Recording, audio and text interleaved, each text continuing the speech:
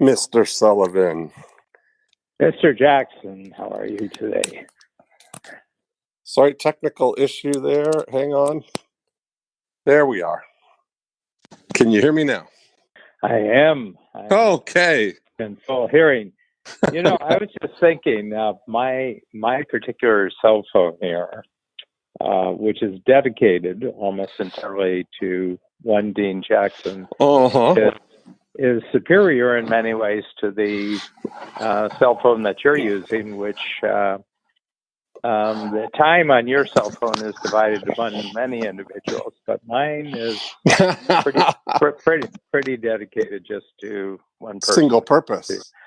Single purpose. So single person, single purpose cell phone. And I think mine is museum quality. I suspect that yours is more of a commodity. I could just see some archaeological dig, hundreds of years from now, and people or thousands of years, and they find this device. Yes. What is this? And I think it's important for us now to realize how the early silly years of the 21st century are actually going to be explored and documented and, commented on. I think you're absolutely right. I was saying that we, Luba's son Philip is just turned 11, and so we got him a Oculus Go headset, and which is pretty spectacular. I mean, you've seen the what's possible with those. We got introduced to it at Abundance for the first time. Yes. And it struck me. It's just it's the equivalent of the first, that big brick cell phone that everybody had. Remember in the 80s, the first wireless head cell phone that was, as big as a football that you would hold up, or a brick that you hold up to the side of your head. It just struck me how quaint that's going to look, 20 years from now as that virtual reality hardware evolves. It's going to be so funny, because now you look at what it's come down to, the world at our fingertips with our iPhones, and it's just you think what that's going to end up being. Yeah. Well, the interesting thing about technology is, my feeling is that it doesn't really become part of our lives until it achieves two qualities. One is boring, and the other one is irritating. So the weird thing about the introducers of new technology, they tried to make it exciting, but of course that's exactly the wrong strategy to making a technology actually pervasive. We can't stand that amount of excitement in our lives. I think we would immediately put it in another room. We would have a special room called the excitement room, and we would keep things in there, but we wouldn't allow them out. I think that's pretty interesting, because you look at it's been several years now since anybody got excited about a Apple keynote. Do you remember from the developer conference, the Apple keynote was such a huge thing, starting with, all through the early 2000s. It was just because every year brought a brand new exciting technology, like the iPod and the iPad and the iPhone, and what's next? It's all this stuff. But since that suite has been completely built out, now there's not. I think everybody, both iPhone and what's the other? I don't even remember the Galaxy, but the what do they call that? Yeah, what is that system though? It's either iOS or the other the Google platform. Yeah, And let's see, Isn't that funny? Android. So Android, Yeah, that's it. There we go. Android. Android. There you That's the go. word. So it's really Yeah. come down to a two-horse race. It's either Android or iPhone, and iPhone has won the hearts, probably, if not the popular vote among the world. And there's the function of it, this rectangular screen that's largely Mm. dictated by the length of our thumbs and our ability to hold the phone in our hands. There's not much else to do to make that all exciting. It's all within the software now. So it's the apps that are it's your link Yeah, up I think the to reason is Cloudlandia. there hasn't been any fundamental scientific breakthrough. Right. Everything that we've seen in the last 15 or 20 years is coming off the same fundamental scientific breakthroughs that were essentially created in the 60s, 70s, and 80s. Yeah. And what we're looking at is packaging and marketing now. Yes. We're not really looking at fundamental scientific breakthroughs. Actually, the most fundamental scientific breakthrough that I've been following is in nuclear power. Where there's a new thing called Generation 4 nuclear, which one uses a form of uranium that is not dangerous. It can't be converted to weapons. And the second aspect of it is that the nuclear reactors are quite small. They're about the size of a garage, an average car garage. And, they burn their own fuel. So when the waste is created by the burning of the nuclear reactor, the waste that comes off of that is actually burned.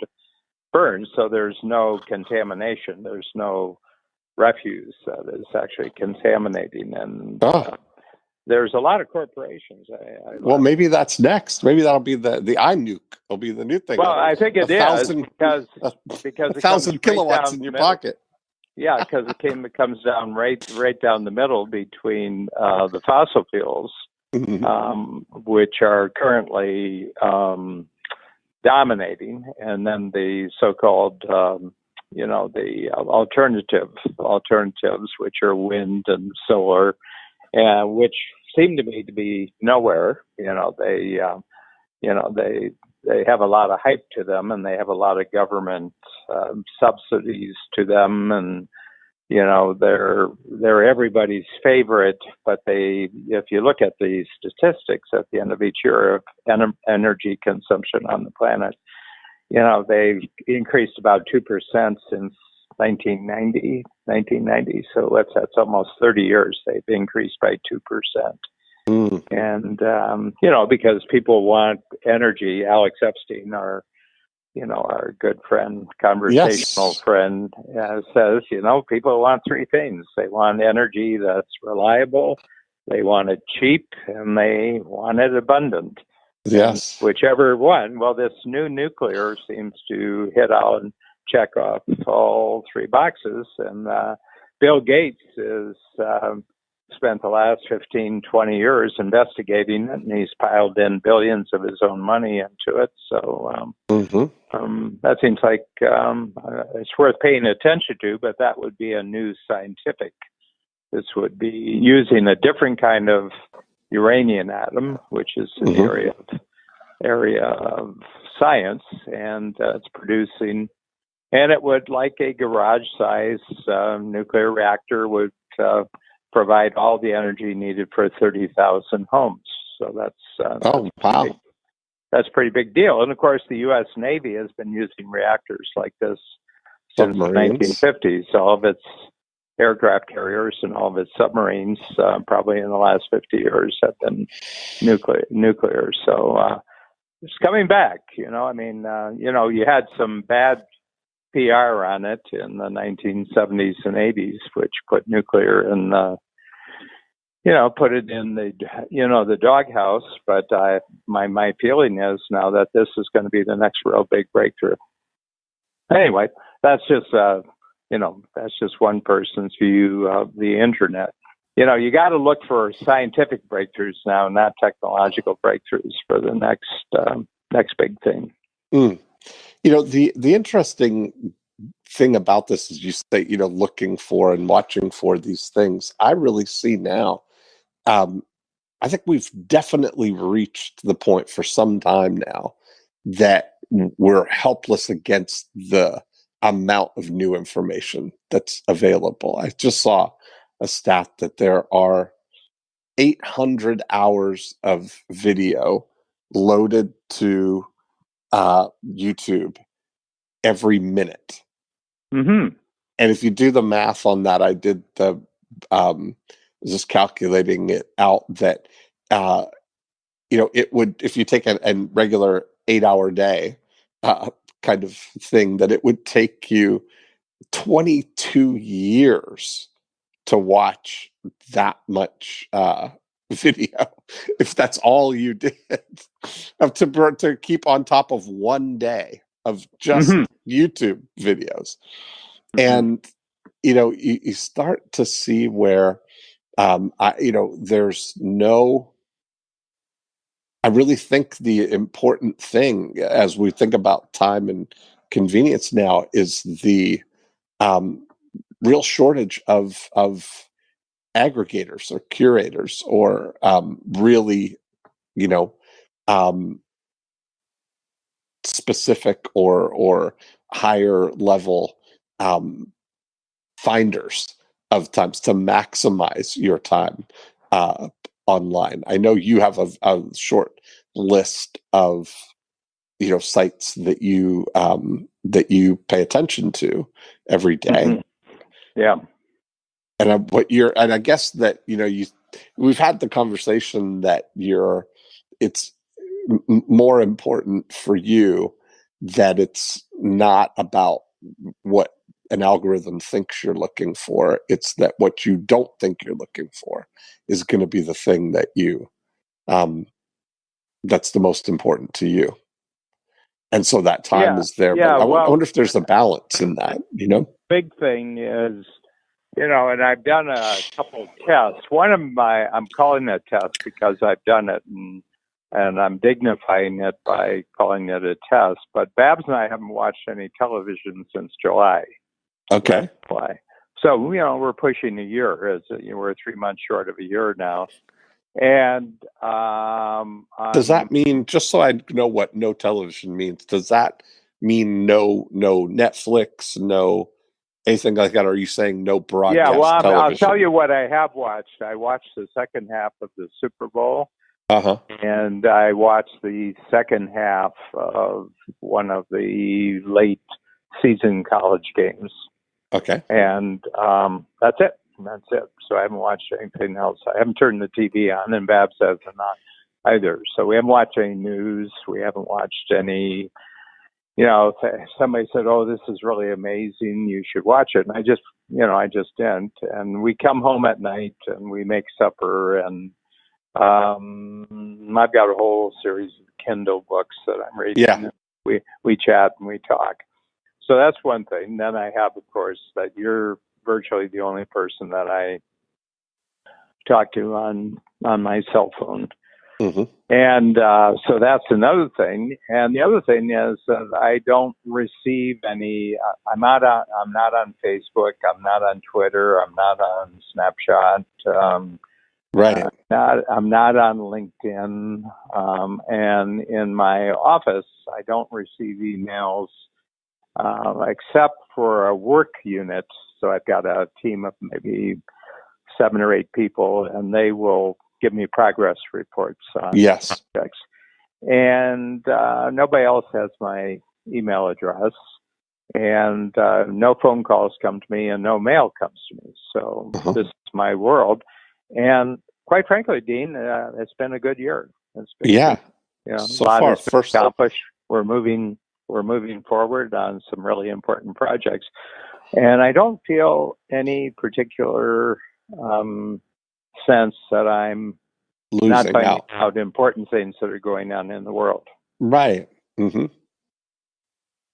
That makes a lot of sense. Yeah. No, I I'm don't just know. I mean, maybe I've missed some stuff. And then you more or less tell me about your movie reviews. yes, And, exactly. so as a result, I don't see them. I don't see most of these movies because you give them a thumbs down. That's funny. So I don't know if you've seen Dumbo. I read the no. reviews of Dumbo, and it's really Dumbo. Apparently, Yes. it's a really Dumbo film, and you shouldn't go to see it. Right. Well, that's what they're saying. It's 100-year-old IP, 100-year-old idea. When the circus was big, that was the Well, thing. not only that, they didn't even do justice to the the cartoon, which came out in 1941, which I found in the day. I thought that was a great movie. I mean, Dumbo, that was just a really great movie. First of all, they kept the fact that he could fly to the very late part of the movie. Because I mean, really, just common sense says, Dan, if you got elephants can't fly using their ears, but in the cartoon here, he does it apparently very early in the film. So it's I think that cat's been out of the bag for everything. You might as well lead with it. Yeah, you shouldn't let the cat out of the bag in the first 5 minutes. That's so funny. Yeah. Well, I had a anyway. So my sense, what if the 800 hours that YouTube acquires or grows by every minute isn't worth anything? It's not even worth bothering with. Right. Pretty worthless stuff. And my sense is, as we go on, the stuff that ends up on YouTube will be of less and less value. I agree. I think that's absolutely what it is, and that's just YouTube. I don't know when you start adding in all the other fake news sites or all the other things that are out there, all the blog posts and Facebook posts and everything. There's so much. There's an onslaught of it, right? We're constantly. It's like you say. It's like the ocean, right? You're swimming in it, but there's no way to touch it all. Yeah, there's some good stuff on podcasts. Yes, podcast series. There's some really terrific stuff. And podcasts, I think I'm with you in that.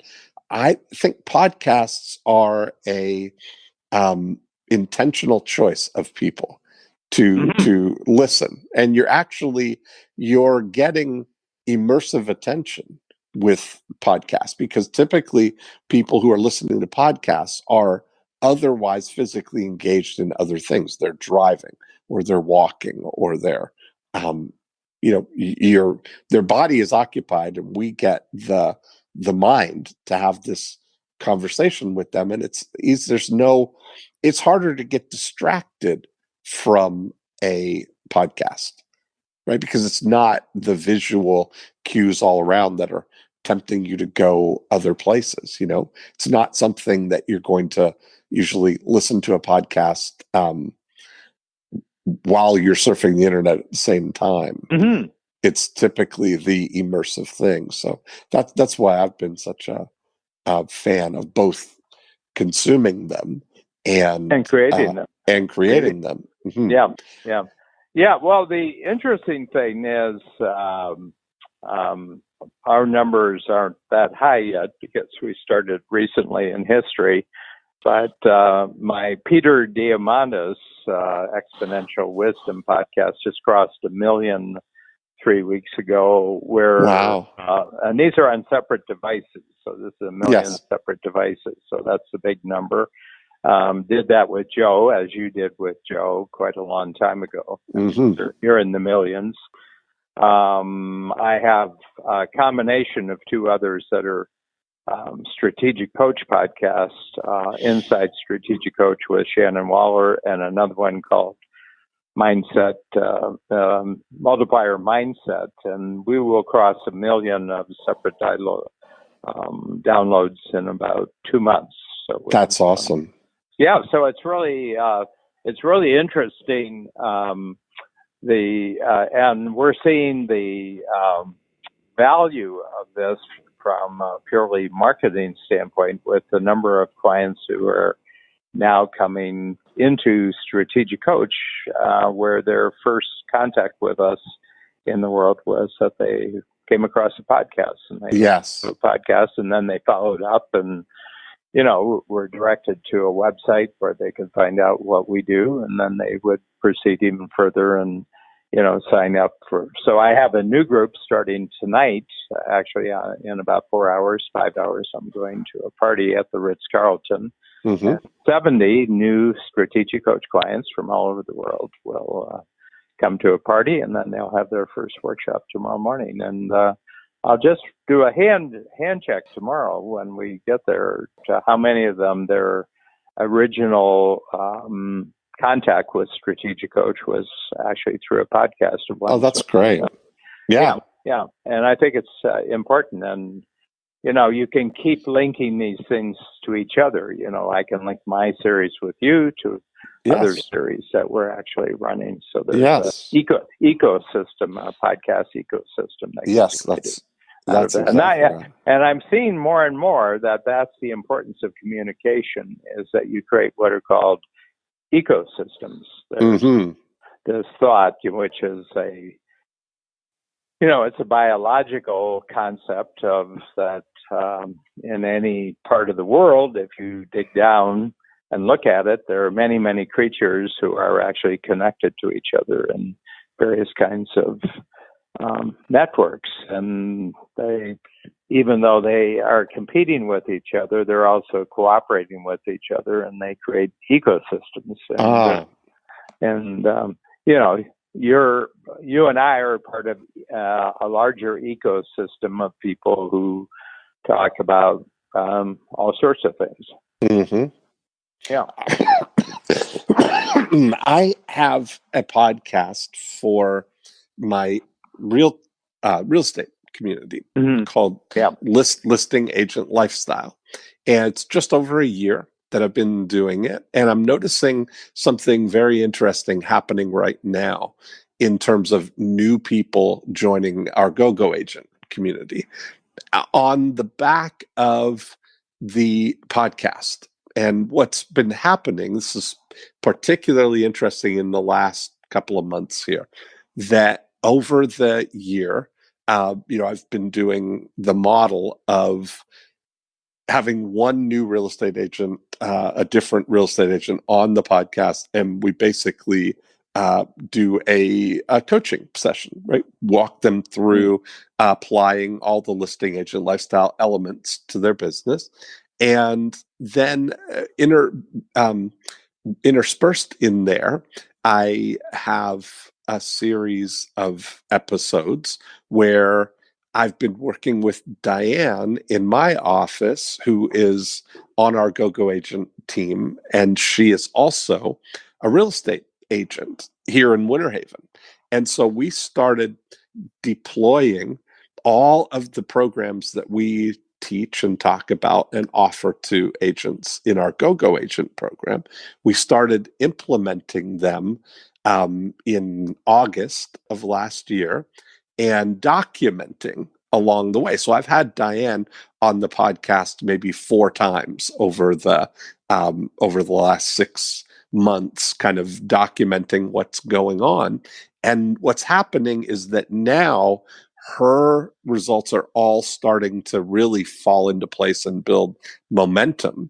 And I'm seeing a correlation of new people joining the community and expressly saying that. I actually had a couple of guests on the podcast who said, what spurred them to join or to get on were that they'd been listening to the podcast for almost from the beginning for the year, hadn't done anything.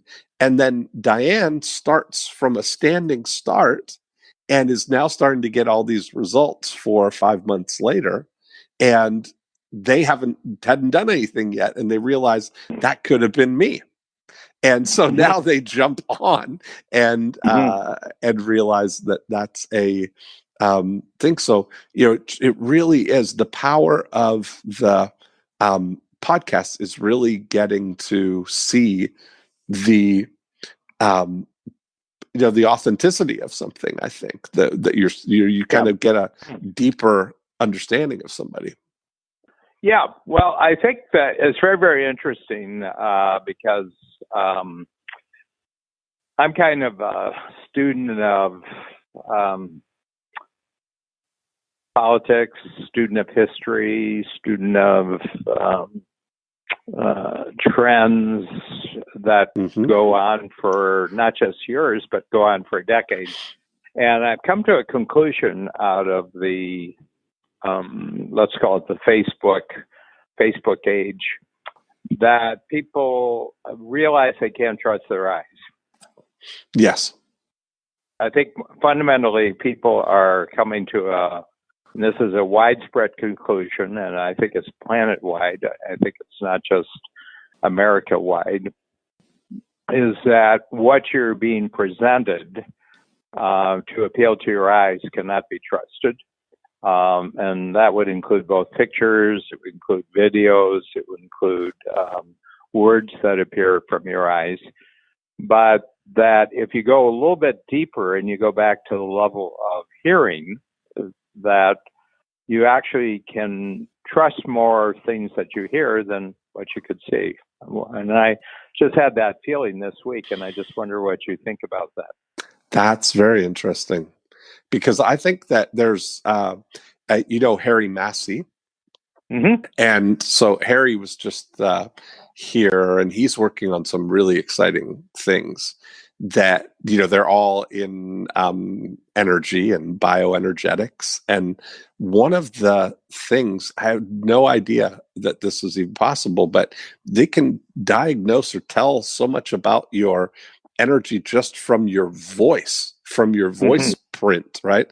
The patterns in your voice.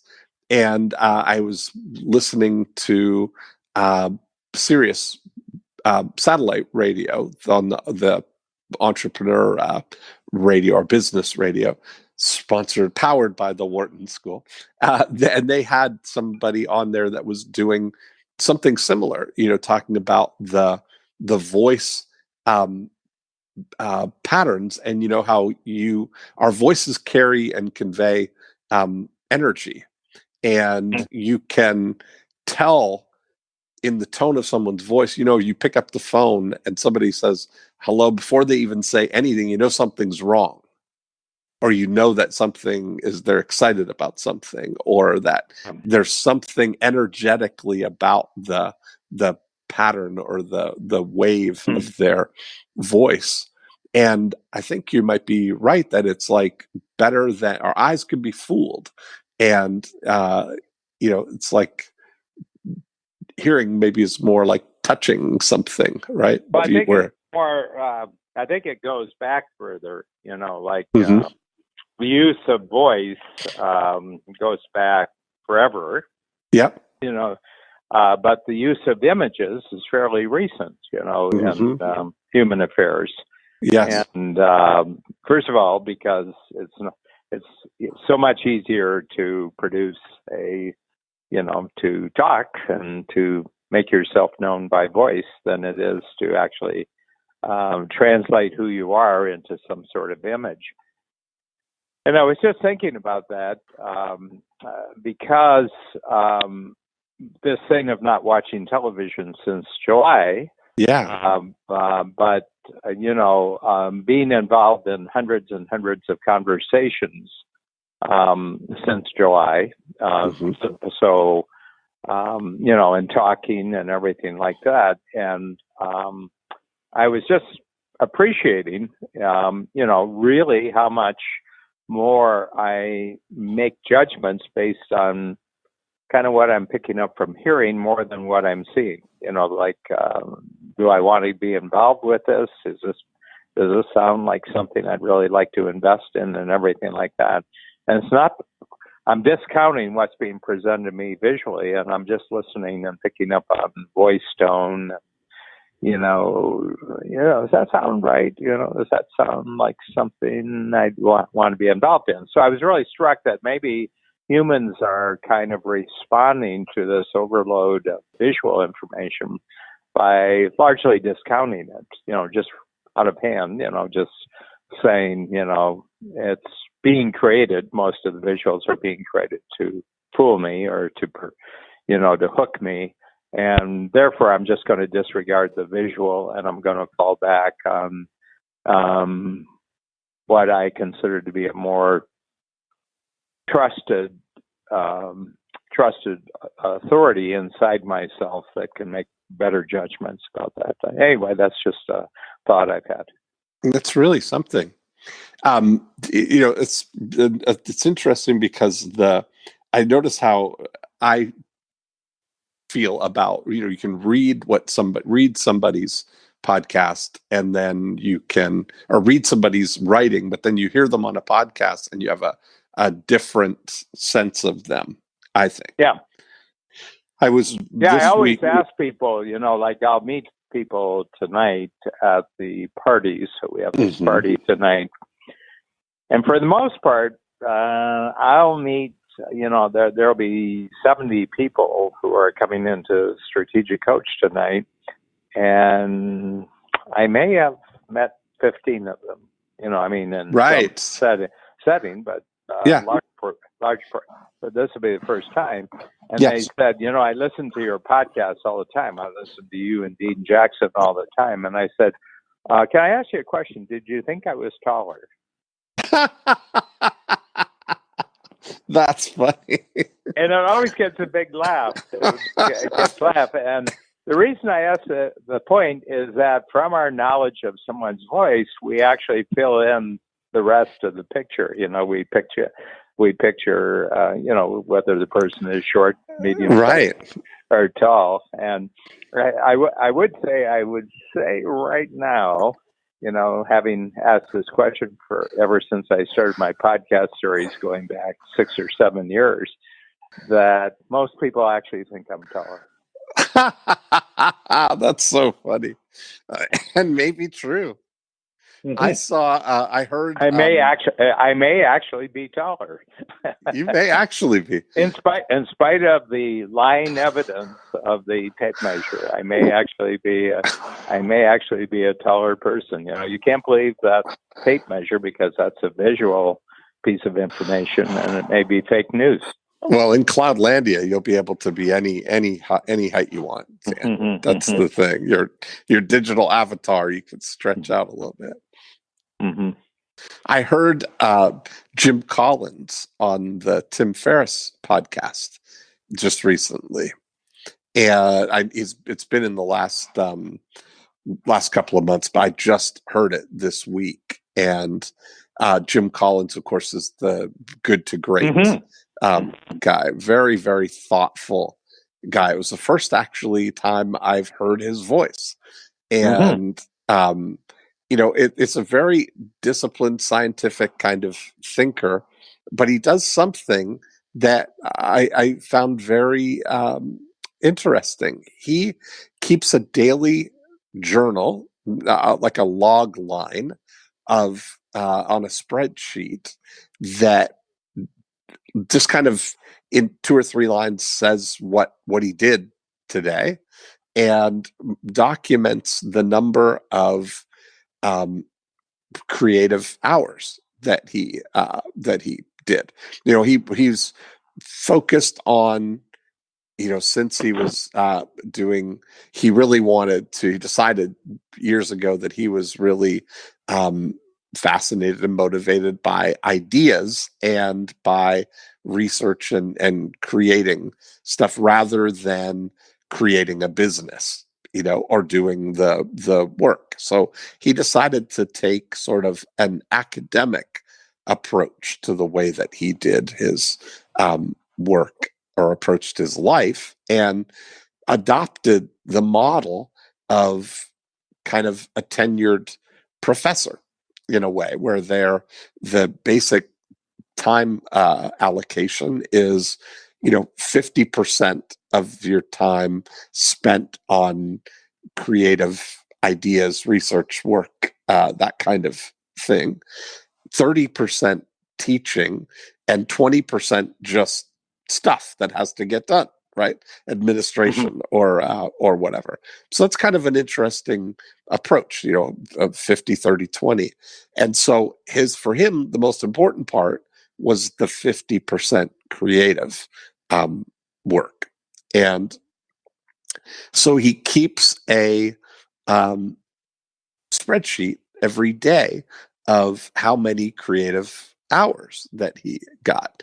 And so he'll put whatever he did during the day, he'll put 3 creative hours, and he'll rate the day on a scale from -2 to +2 on just to get a sense of the pattern of how he was feeling, so that over time he'd be able to recognize that there's a correlation between the -2 days. It seems like on -2 days I'm doing this, that's the culprit kind of thing. And he has a formula set up that the running average, if he's going to average 50% of his time in creative work, it averages out to be about 3 hours a day. And so he does a formula calculation that takes that number and adds the last 365 entries of that number and divides it by 365, and his index has to remain at 3 or greater. Mm-hmm. And that's kind of an interesting thing to keep it accountable for, because there's no way to allocate.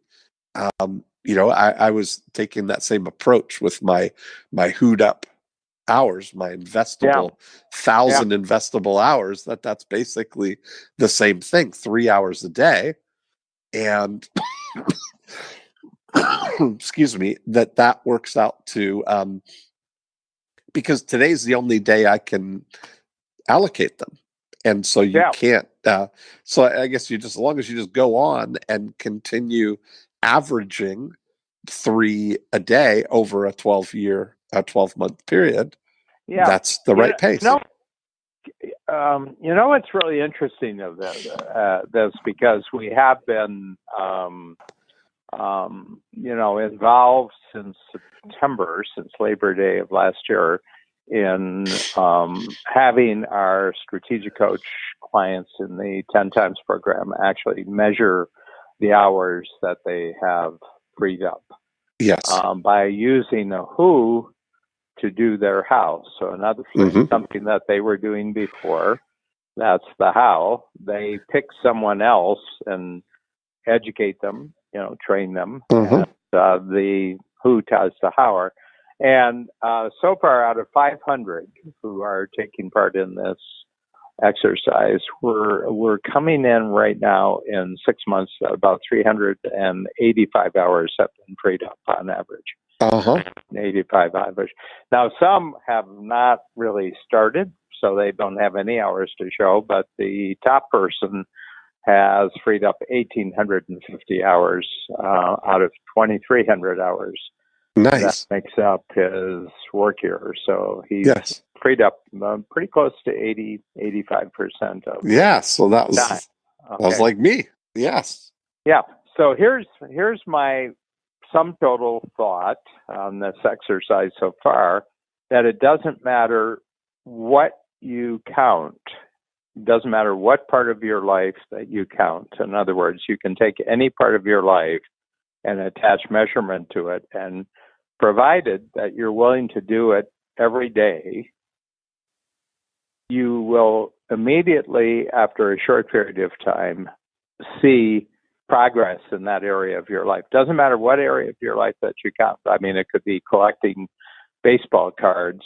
But every day you measure how many baseball cards you collected that day. You will see growth and expansion and progress in that area of your life. So my fundamental understanding of this, anything counted gets bettered.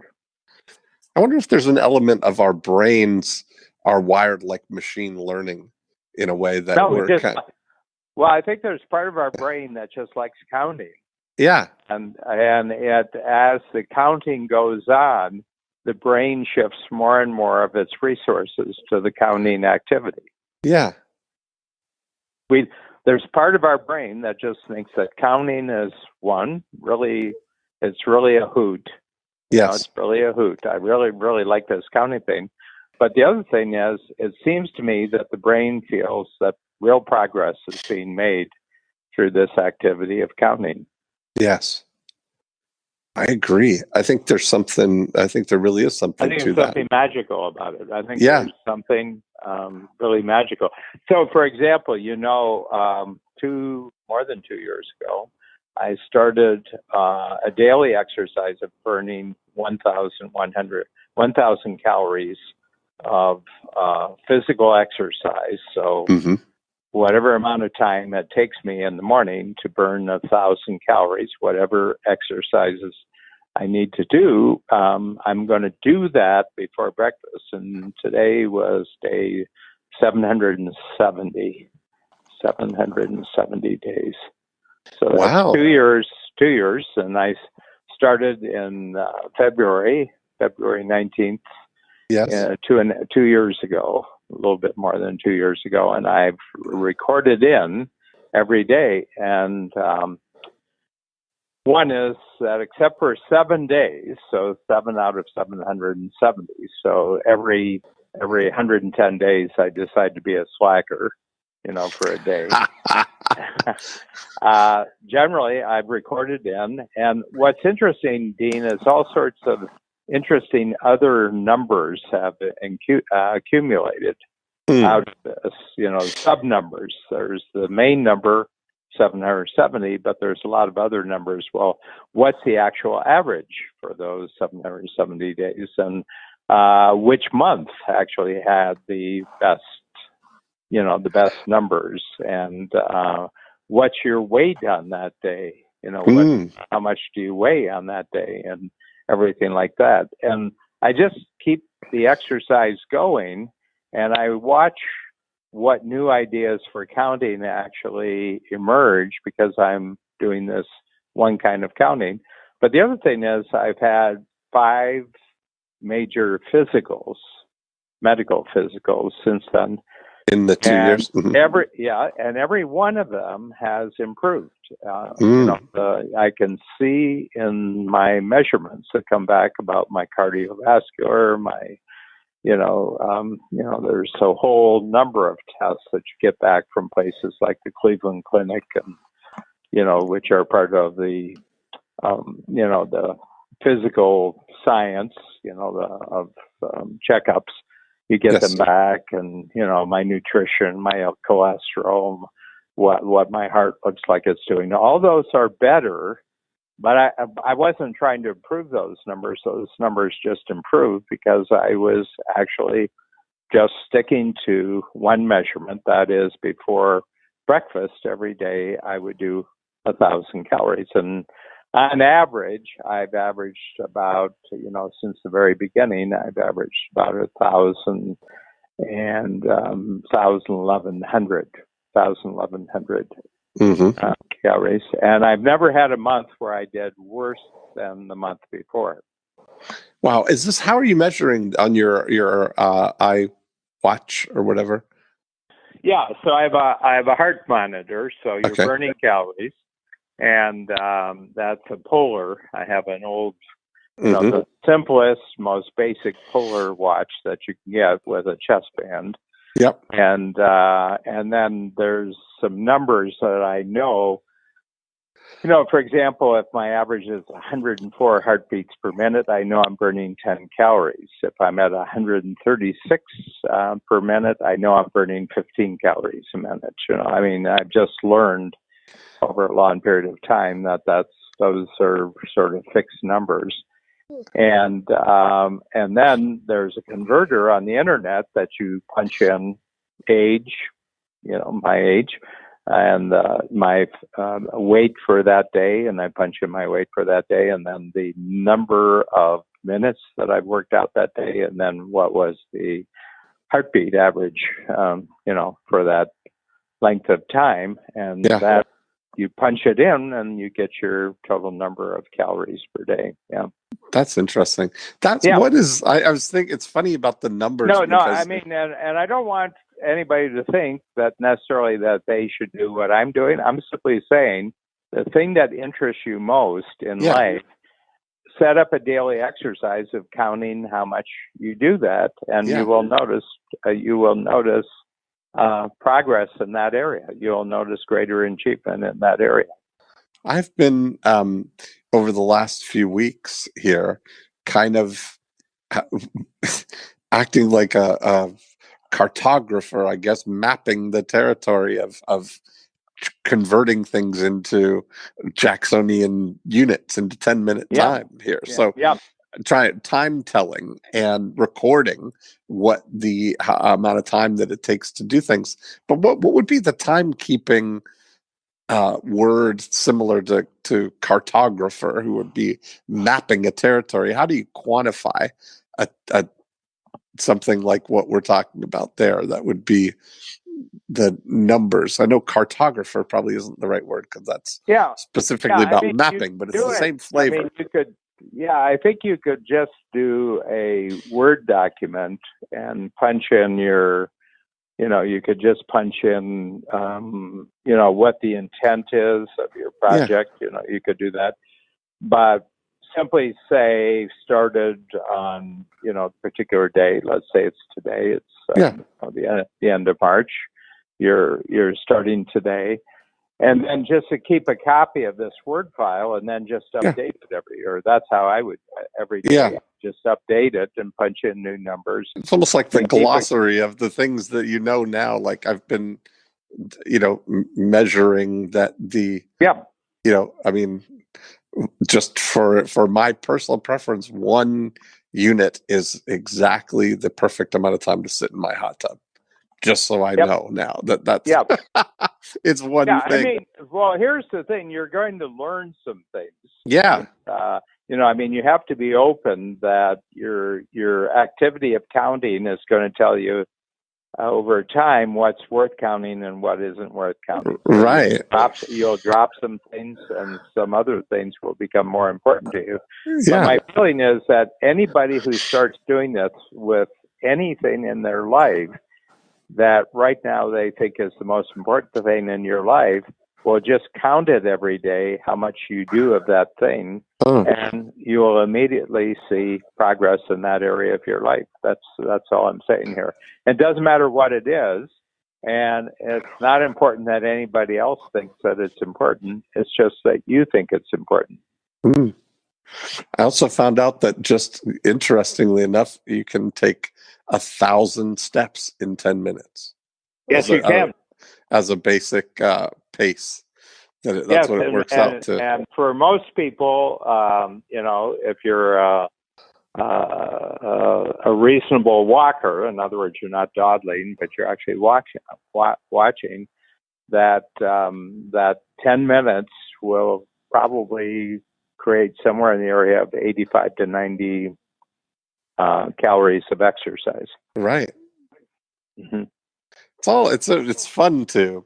I love. We're the great counters. I mean, the success of the world that we live in right now, the 21st century, is the degree to which people count things. Mm-hmm. And where before they didn't count things. And I think if there's any impact that the digital world has brought to us, is that it's easier to count things and keep track of them in the digital world than it has been previously. Yes. Yeah, because, that's the truth, isn't it? I mean, it's easier to interpret all of that stuff. Yeah. Yeah. Yeah, I'm just looking at my records here. I have my computer in front of me. And I started this exercise of counting calories before eating. I started in February of 2017, but I didn't take it seriously enough to actually count every day until July 1st, 2017. But I have the complete records since July 1st, 2017. And so every year I pull up what the previous year's month was. So I just pulled up this morning, April of 2018, because now I'm comparing myself against my results from a year ago. And, and so, for example, the calories burnt over 30 days last year were 36,000 calories. So I was Wow. 1,230 calories per day. Okay, so I'm in April now of 2019, and I said, well, I've got to beat last year's record. I can't just comment what I did last year. I have to beat it. Well, you have a higher, now all this lean muscle mass that you're building requires more. Well, not only that, to Dean, keep up. It's just unacceptable to not improve. Yeah, it's just unacceptable not to improve. That's awesome. That is awesome. And I think that's just generally a rule. If you're a human, halfway alert, curious, responsive, and resourceful human, that just matching what you did last year is just not acceptable. You have to go higher. That's true. It's funny how we're wired like that. Like that's kind of the, looking for the efficiencies and things too, in terms of when you start measuring timekeeping of how long things take. That's that you just naturally looking for more efficient ways to do things. Well, for example, if you had a measurement of Jackson time units used last year, and it was on this day, and it was 45, it would not be acceptable to you to merely have 45 useful Jackson. That is something that's one of the things that I am sort of aware of is I'm just getting that even spatial awareness now. Like we have there's a new Starbucks that just opened in Winter Haven, and coincidentally I just happen to live exactly in the middle between the two of them, that I could get to any one of two Starbucks within 10 minutes of my home. One of them is better. One of them is better. The second one, the new one is better. You're absolutely right. Yeah, no, there's no question that the new one is better. Yes. If it wasn't, there's something wrong with Starbucks. That is correct. I want him to run. I want Howard Schultz to run. You do? He said he's thinking seriously about running for president. Yes. And the reason I want him to run is he actually knows something about measurable standards. Unlike anybody. I mean, he's going to run as a Democrat or something on that side of the line. And I want him out there saying, you know nothing about measuring results. And whether it's Bernie Sanders or Kamala Harris or Cory Booker or, any of the odd, the odd Joe Biden. I mean, Joe Biden, the only thing Joe Biden knows how to measure is the number of women that he's actually, kind of creepily snookered, on video, and it's up to about 35 videos they now have of him where he's kind of groping a woman on actual, video. So he's going to get wiped out very quickly with this. But Howard Schultz, has based his life on actually measuring things. Yes. He's a full-fledged, complete 100% entrepreneur. And I would just like to see him in the presidential race talking about the importance of measuring things and getting better results as a result of measurement. I think it's going to be, it's going to be next year, I guess. It's going to be a 10-ring circus the next. Yeah. Hands down, the U.S. produces the best political theater on the planet. Yes. Hands down. there's a presidential election this year in Taiwan. Does that excite you? That's true. Does not excite me. Not here. Where it is, any election anywhere on the planet does not excite me. But the U.S. is just primo in It's terms the ultimate of reality show. education. Entertainment value for your dollar. U.S. Yes, that's true. Go with the U.S. And I think that is one of the reasons why they have global dominance, is that they just use up everybody's entertainment time. Right. Eyes on here. Well, entertainment trumps accuracy 9 times out of 10. That's the truth. Well, I'm looking forward to seeing you in Chicago next week. And I got a concept that will blow your mind. Really? But I can't let on what it is. Oh boy. Well, that's actually, so it's a week this time next Sunday. You'll be starting to make plans to come over to our Chicago house about this time next week. That's exactly right. I can't wait. Yep. I've got a breakthrough blueprint this week coming up on Monday, Tuesday, Wednesday. Where? And in Florida? Here in Orlando, yep. Yeah, we have. It's almost not work when you do it in Orlando, is it?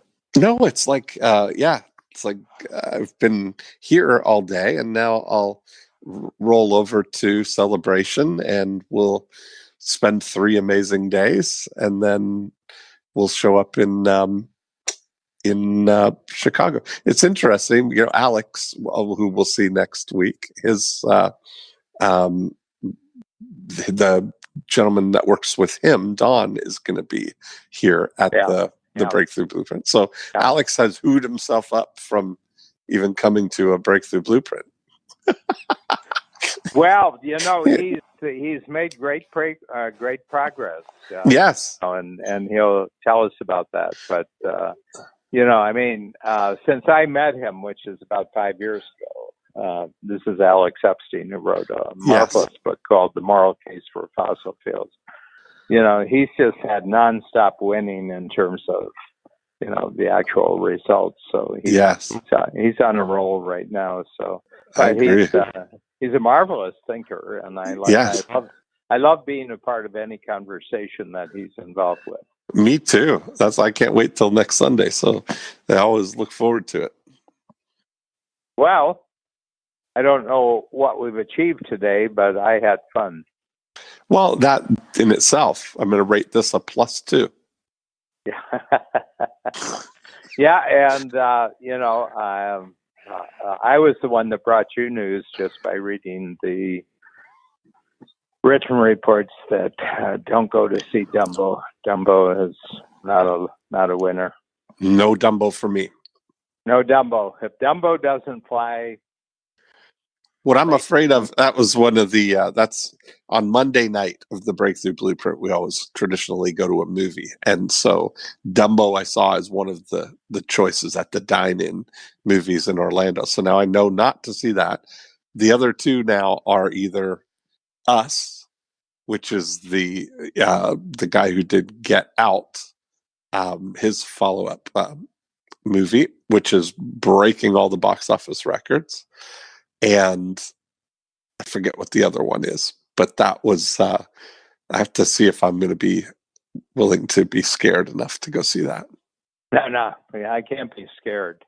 You don't like to be scared? No, life is scary enough. That's true. I really don't need. Sometimes we just need to go to make sure we're alive, Dan. Yep. Well, I know I'm alive. Well, you have a great. My minutes on my cell phone tell me I've been alive for the last year. That's awesome. Well, you have a great week, and I will see you on Sunday. Okay, Dean. Bye. Thanks. Bye.